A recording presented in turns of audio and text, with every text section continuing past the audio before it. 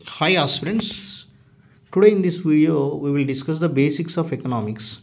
What is the definition of economics? Is a study of how individuals, businesses, governments and societies allocate scarce resources to satisfy their needs and wants.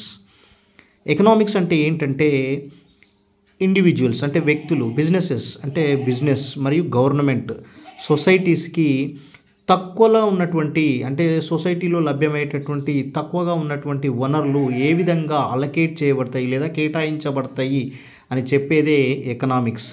ఈ economics అనేది it అది analyse చేస్తుంది, ఈ విషయాలను విశ్లేషిస్తుంది. ఏంటంటే production ఎంత ఉత్పత్తి అవుతుంది, డిస్ట్రిబ్యూషన్ ఏ విధంగా పంపిణీ చేయబడుతున్నాయి, కన్జంప్షన్ ఆఫ్ గూడ్స్ ఏ విధంగా వినియోగించబడతాయి, అదేవిధంగా సేవలు ఏ విధంగా పొందుతున్నారు, అదేవిధంగా నిర్ణయాలు ఏ విధంగా తీసుకుంటున్నారు, అదేవిధంగా మార్కెట్ ఇంటరాక్షన్స్ అంటే మార్కెట్లో ఒడిదడుకుల గురించి చెప్పేది ఏంటంటే ఎకనామిక్స్.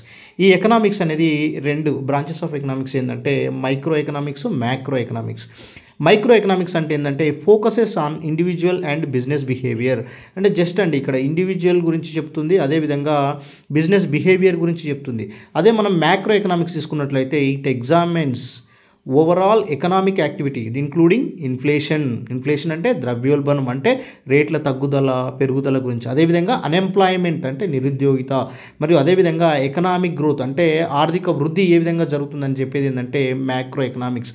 మైక్రో అంటే చిన్న అంటే కొన్ని విషయాలు మాత్రమే చెప్తుంది, ముఖ్యంగా ఇండివిజువల్ బిజినెస్ గురించి చెప్తుంది, అదేవిధంగా బిజినెస్ బిహేవియర్ గురించి చెప్తుంది. మ్యాక్రో ఎకనామిక్స్లో అయితే ద్రవ్యోల్బణం గురించి చెప్తుంది, అదేవిధంగా ఇన్ఫ్లేషన్ గురించి చెప్తుంది, అన్ఎంప్లాయ్మెంట్ గురించి చెప్తుంది, ఎకనామిక్ గ్రోత్ గురించి కూడా చెప్తుంది. అంటే చాలా విషయాలు చెప్తుంది కాబట్టి ఇది మైక్రో ఎకనామిక్స్ అంటే సింపుల్ అనమాట.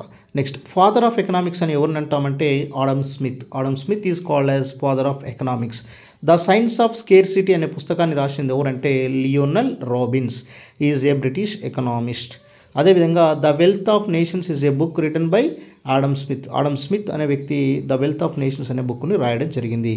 అయితే ఎకానమీ అంటే ఏంటి అసలు? ఎకానమీ అంటే ఏంటంటే economics is different, economy is different. Economy అంటే ఇక్కడ ఎకానమీ అంటే మనకు టెరిటరీ ఇంపార్టెంట్ అనమాట. టెరిటరీ అంటే పర్టికులర్ ఏరియాలో జరుగుతున్నటువంటి production, distribution, consumption of goods and services గురించి చెప్పేది economy. And economy is the system of production, distribution and consumption of goods and services within a country or region. అంటే ఒక country మరియు region గురించి చెప్పేది ఏంటంటే ఎకానమీ. అంటే for example మనం ఇండియా తీసుకున్నాం అనుకోండి, the study of economy helps us to find the financial condition of the particular country or particular region.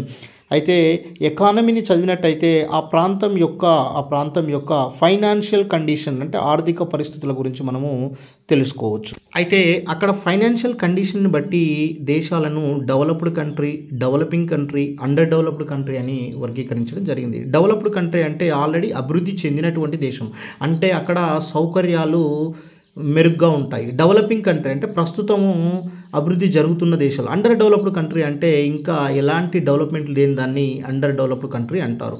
ఈ వీడియోలో మనము ఎకానమీకి సంబంధించి బేసిక్స్ అయితే నేర్చుకున్నాం. నెక్స్ట్ వీడియోలో బ్రాంచెస్ ఆఫ్ ఎకానమీలో భాగంగా మైక్రో ఎకానమీ అంటే ఏంటి, మ్యాక్రో ఎకానమీ అంటే ఏంటో తెలుసుకుందాం.